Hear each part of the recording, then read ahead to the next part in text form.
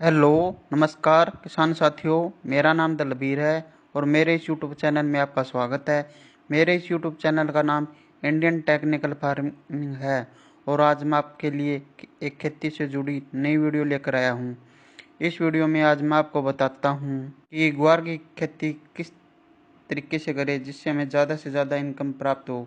ग्वार की खेती के लिए उपयुक्त समय कौन सा है, ग्वार की खेती के लिए फसल चक्र अपनाना क्यों जरूरी है, ग्वार की खेती के लिए कौन सा बीज का चुनाव करें, कौन कौन सी इसकी उन्नत किस्में हैं, किस तरह में बीज का उपचार करना है और इसके लिए हमें बीज की मात्रा की कितनी जरूरत पड़ेगी। इसकी खेती सिंचित तथा असिंचित क्षेत्रों में की जाती है। ग्वार की खेती के लिए जल प्रबंधन का होना बहुत जरूरी है और इसमें कीट प्रबंधन व रोग प्रबंधन भी बहुत ज़रूरी है। इसके बाद हम इसकी कटाई व कटाई करते हैं। अब हम बात करते हैं कि इसकी बिजाई के समय कौन कौन सी सावधानी रखें जिसके कि बीज का अंकुरण 100% तक हो, जिससे कि हमें कम खर्च व कम समय में ज़्यादा से ज़्यादा फसल की पैदावार प्राप्त हो, जिससे कि हमें एक अच्छी इनकम प्राप्त हो।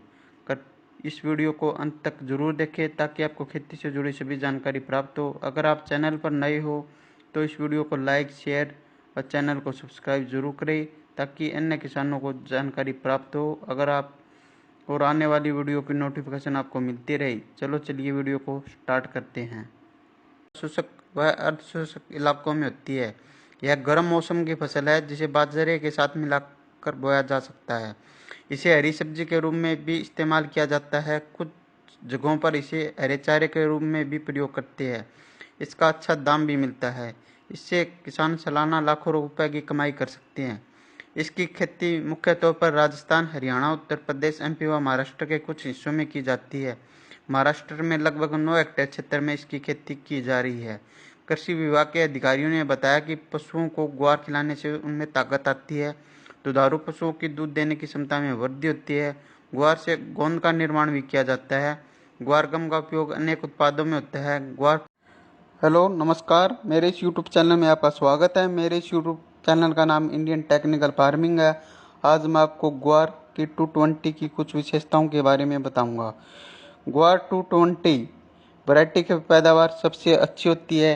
यह ग्वार बिल्कुल वाइट होता है। इसकी बुआई हरियाणा व राजस्थान में सबसे ज़्यादा की जा सकती है।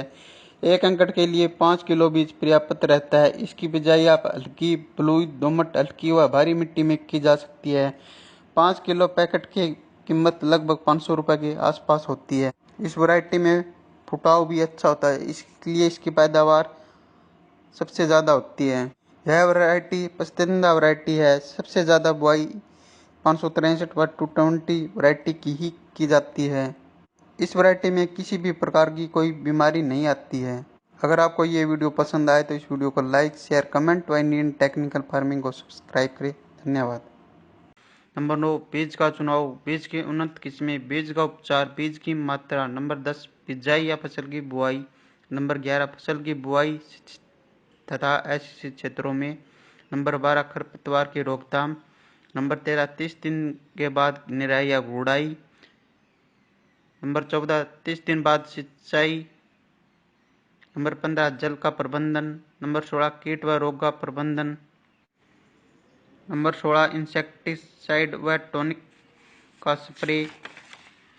नंबर 17, कटाई, फिर कटाई, फिर भंडारण। ये मुख्य सावधानियां हैं जो हमें ग्वार की फसल में रखनी चाहिए। ग्वार की खेती के लिए उपयुक्त समय। ग्वार की खेती खरीफ और गर्मी के मौसम में की जाती है।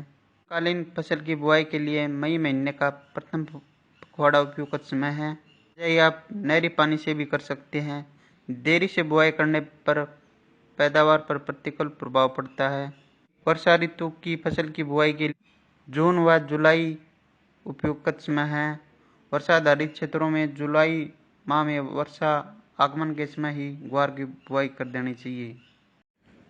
बाजार में बाजरा की बहुत सी वैरायटियाँ उपलब्ध होती है। मई महीने में हम अगेती वैरायटी व जून जुलाई में हम 75 वैरायटी या फिर हम समय के अनुसार ही वैरायटी का चुनाव करते हैं। खेत का चुनाव, इसके बाद हम बाजरा की बिजाई के लिए हम खेत का चुनाव करते हैं। अगर पहले उस खेत में सरसों की बिजाई की थी तो सरसों के फन्नों को रोटावेटर की सहायता से 1-2 बार अच्छी तरह से जुताई कर दे ताकि सरसों के फन्नों खेत में अच्छी तरह से मिट्टी में मिल जाए, फिर आप हैरों की सहायता से 2-3 बार अच्छी तरह से जुताई कर दे। फिर आप लेजर लेवलर की सहायता से खेत को समतल कर दे। अगर खेत पिरानी है तो आप रोटावेटर की सहायता से 2-3 बार जुताई कर दे। फिर आप हैरों की सहायता से उसकी 1-2 बार अच्छी तरह से जुताई कर दे, या फिर आप कल्टीवेटर की सहायता से एक गहरी जुताई कर दे। अगर खेत नहरी है तो उस खेत को लेजर लेवलर की सहायता से समतल कर दे, ताकि खेत की सिंचाई अच्छी तरीके से हो जाए। मिट्टी की जांच, सबसे पहले अपने खेत की मिट्टी की जांच करवा ले, जिससे हमें यह पता चल जाता है कि यह मिट्टी में कौन कौन से पोषक तत्वों की कमी है और खेत की मिट्टी किन किन फसलों के लिए उपयुक्त है, और इस मिट्टी में कौन कौन सी फसलें उगाई जा सकती है, जैसे गेहूँ, चना, अरहर, सरसों, राया, बरसीन, गन्ना, आलू, मक्का, बाजरा, कपास। मिट्टी की जांच से हमें यह पता चल जाता है कि इस मिट्टी का पीएच मान कितना है और इसमें कौन कौन सी फसलें उगाई जा सकती हैं। पानी की जांच, अगर आप फसल की बिजाई के लिए नहरी पानी का इस्तेमाल करते हैं तो यह सभी प्रकार की फसलों के लिए अच्छा है और इसमें बीज का अंकुरण 100% हो जाता है। अगर आप ट्यूबवेल के पानी से फसलों की बिजाई करते हैं तो आप सबसे पहले ट्यूबवेल के पानी की जांच करवा लें। अगर ट्यूबवेल का पानी पीने में मीठा है तो इसमें पानी का पीपीएम ज़्यादा हो सकता है और बीज अंकुरण के समय यह एक समस्या बन जाता है। अगर पानी का पीपीएम 1000 से कम है तो यह सभी प्रकार की फसलों के लिए अच्छा है और इसमें बीज का अंकुरण 100% हो जाता है। अगर पानी का पीपीएम 1000 से ज़्यादा है तो इसमें बीज का अंकुरण सही तरीके से नहीं हो पाता है, इसलिए पानी की जांच करवाना बहुत ज़रूरी है। ग्वार की फसल में हमें ट्यूबवेल के पानी का इस्तेमाल नहीं करना चाहिए, क्योंकि इससे ग्वार की फसल अच्छी नहीं होती है। अगर सिंचाई के लिए जरूरत पड़े तो हमें नहरी पानी का ही इस्तेमाल करना चाहिए। खेत की तैयारी व गोबर की खाद, अगर आप खेत में गोबर की खाद का इस्तेमाल करते हैं तो 8 से 10 टोली 1 एकड़ के लिए पर्याप्त रहती है। गोबर की खाद जमीन में अच्छी तरह बिखेर कर जमीन को समतल कर देना चाहिए। ग्वार की खेती के लिए भूमि, ग्वार की खेती के लिए उचित जल निकास वाली दोमट व बलुई दोमट मिट्टी सर्वोत्तम रहती है। यह फसल सिंचित व असिंचित दोनों क्षेत्रों में सफलतापूर्वक उगाई जा सकती है। हल्की सारीय व लवणीय भूमि जिसका पीएच मान 7.5 से 8.5 तक हो, वहीं पर ग्वार की खेती आसानी से की जा सकती है। ग्वार के लिए एक जुताई मिट्टी पलटने वाले हल या डिस्क हैरो से क्रॉस जुताई कर पट्टा लगा देना चाहिए। इसके उपरांत एक कल्टीवेटर से जुताई पर्याप्त रहता है, जिसमें मृदा नमी संरक्षित रहे। जुलाई जून के द्वितीय पखवाड़े में ही करनी चाहिए। इस प्रकार तैयार खेत में खरपतवार कम पनपते हैं। ग्वार फसल के लिए जलवायु, ग्वार एक सूखा सहन करने वाली व गर्म जलवायु की फसल है। यह उन क्षेत्रों में आसानी से उगाया जा सकती है जहाँ पर औसत वार्षिक वर्षा 30 से 40 सेंटीमीटर तक होती हो। बीजों के अंकुरण व जड़ों के विकास के लिए 25 से 300 सेंटीमीटर के नीचे तापमान उपयुक्त होता है। ग्वार एक प्रकाश संवेदनशील फसल है, अतः इस फसल में फूल व फलियों का निर्माण केवल खरीफ के मौसम में ही होता है। अत्यधिक बारिश, बरसात व ठंड को यह सहन नहीं कर पाती है। जिन क्षेत्रों में अत्यधिक गर्मी पड़ती है परंतु सिंचाई की सुविधा उपलब्ध है, वहाँ पर ग्वार की खेती से भरपूर पैदावार ली जा सकती है। शुष्क और अशुष्क दोनों दशाओं में इसकी खेती आसानी से की जा सकती है। ग्वार एक उष्ण कटिबंधीय फसल है जो 18 से 30 डिग्री सेल्सियस के औसत तापमान पर पकती है। खरीफ की गर्म और आर्द्र जलवायु के कारण पेड़ों की वृद्धि बहुत अच्छी होती है। सर्दी के मौसम में इन फसलों की खेती लाभदायक नहीं होती है। यह फसल सभी प्रकार की मिट्टी में उगाई जा सकती है। अच्छे जल निकास वाली मध्यम से भारी मिट्टी में फसल अच्छी तरह से बढ़ती है। यदि मिट्टी की सतह, फसल पद्धति या फसल चक्र को क्रॉप रोटेशन के नाम से भी जाना जाता है। किसी निश्चित भूमि में निश्चित समय वाली फसलों को लगातार अदल बदल कर बोना ही फसल चक्र कहलाता है। फसल चक्र का मुख्य उद्देश्य है किसी भी तरह के पौधे के लिए भूमि में मौजूद पोषक तत्वों के सदुपयोग से भूमि की भौतिक और जैविक स्थिति में संतुलन बनाए रखना होता है। लगातार फसल चक्र अपनाने से किसान भाई को फसल में आने वाली कई तरह की परेशानियों से छुटकारा मिलता है। फसल चक्र का इस्तेमाल कर किसान भाई अपनी भूमि से लगातार अच्छी फसल ले सकते हैं और इसके अपनाने से खेत की उर्वरकता भी बनी रहती है। जबकि एक ही फसल को लगातार उगाने से किसान भाइयों को फसल की कम उपज मिलती है और एक ही फसल को खेत में लगातार लगाने से मिट्टी में बीज जनित और मृदा जनित रोग भी बढ़ जाते हैं, जिसके कारण भूमि में विषैले गुण आ जाते हैं। भूमि के अंदर विषैले गुण उत्पन्न हो जाने पर भूमि में पाई जाने वाली छोटे उपयोगी मित्र कीट नष्ट हो जाते हैं और भूमि धीरे धीरे बंजर रूप धारण करने लगती है। फसल चक्र के फायदे। फसल चक्र के अपनाने से भूमि की उर्वरक शक्ति बनी रहती है। फसल चक्र के अपनाने से भूमि में अम्लीय और क्षारीय गुण, पोषक तत्व और जैविक पदार्थों की मात्रा संतुलित रहती है। फसल चक्र के अपनाने से फसल में कई तरह के कीट और बीज जनित रोग नहीं लगते हैं। इसके अपनाने से फसलों में पैदावार अधिक मात्रा में प्राप्त होती है, जिसकी गुणवत्ता भी अच्छी पाई जाती है।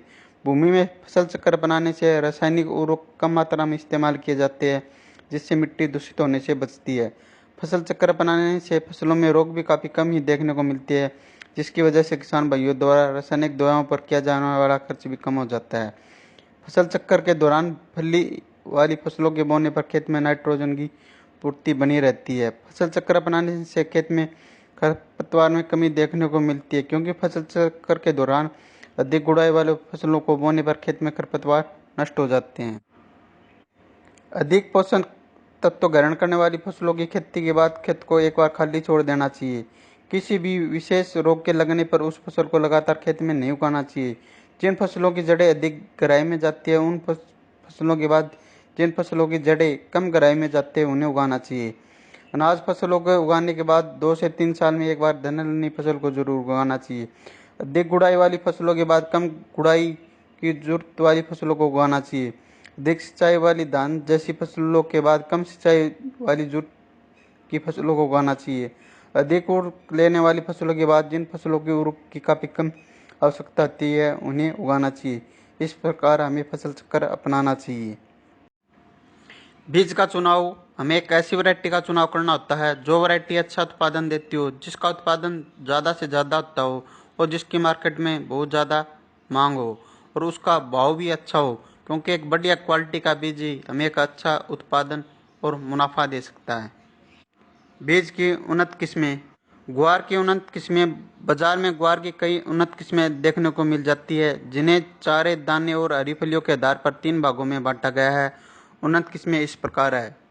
दानों के लिए उन्नत किस्में अज्जी 365, अज्जी 563, 220।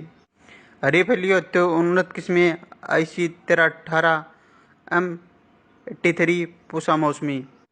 हरे चारे के लिए उन्नत किस्में ये मुख्यतः हरे चारे के लिए उपयोग की जाती है। बुंदेल ग्वार 3, ग्वार क्रांति, बुंदेल ग्वार 2, गोरा 80, बुंदेल ग्वार 1। अगर आप पैदावार के लिए उपयोग करते हो तो दाने वाली उन्नत किस्मों का ही चुनाव करना चाहिए। अगर आप हरे चारे के लिए उपयोग करते हो तो हरे चारे वाली उन्नत किस्मों का उपयोग। ग्वार के बीजों की मात्रा व बीज उपचार। यदि आप ग्वार की फसल दानों और हरी फलियों के लिए करना चाहते हैं तो 1 एकड़ के लिए दाने की फसल के लिए 5 से 6 किलो बीज पर्याप्त रहता है और हरी खाद फसल में 15 से 16 किलो प्रति एकड़ बीज की जरूरत होती है। इसके अलावा आप हरे चारे के लिए फसल का उपयोग करना चाहते हैं तो 16 से 17 किलो बीज प्रति एकड़ की जरूरत होती है।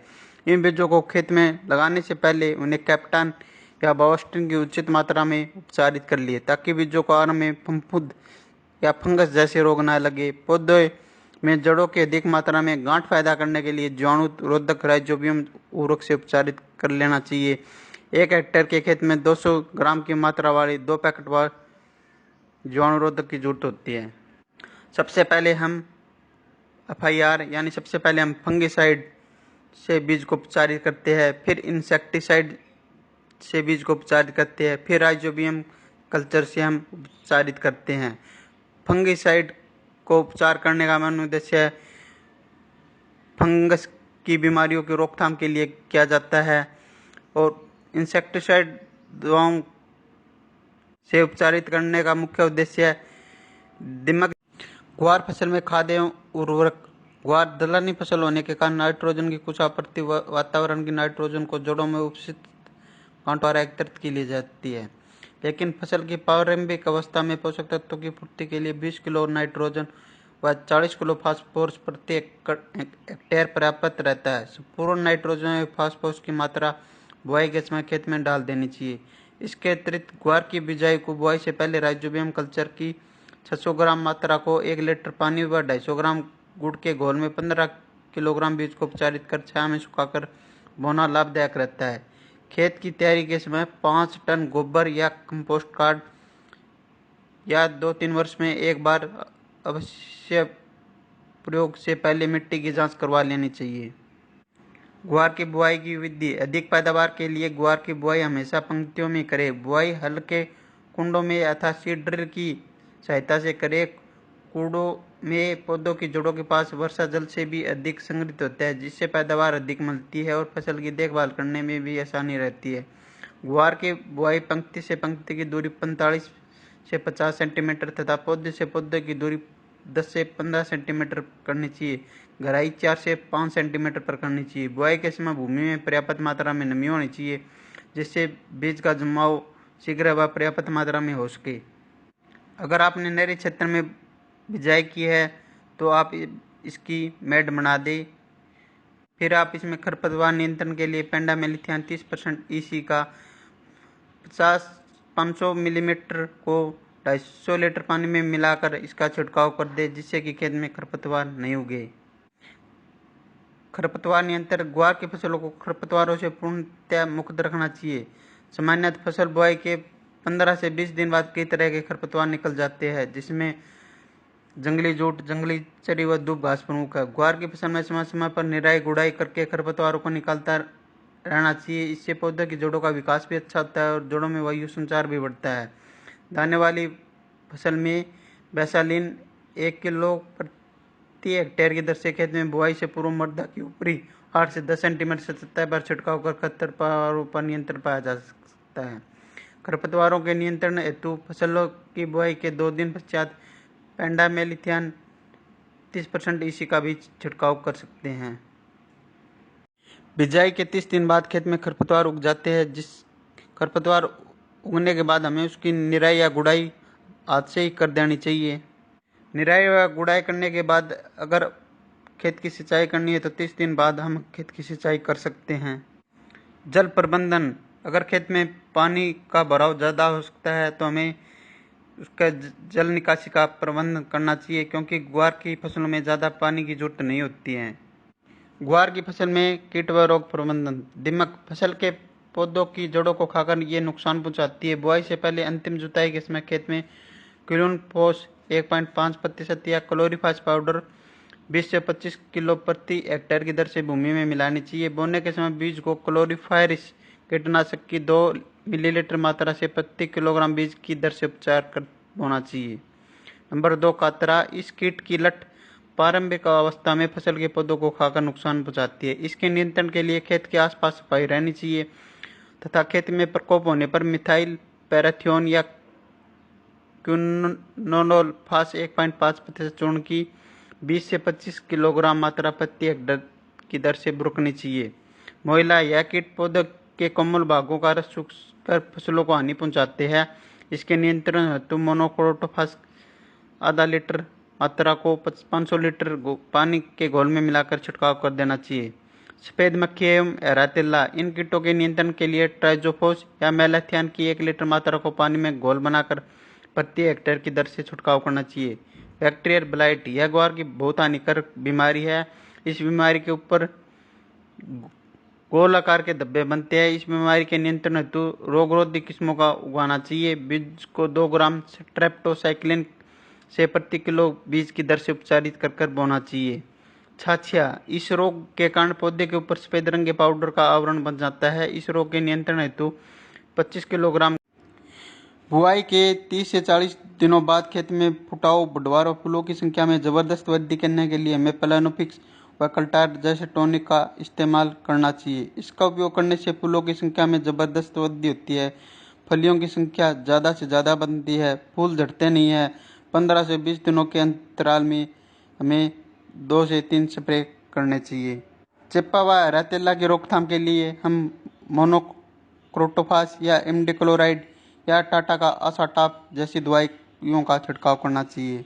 अन्य कीट व रोग की रोकथाम के लिए आप अपने नज़दीकी डॉक्टर से भी संपर्क कर सकते हैं। इसके बाद जैसे ही पैदावार या फसल की कटाई शुरू हो, इसके बाद हमें इस फसल की कटाई कर लेनी चाहिए।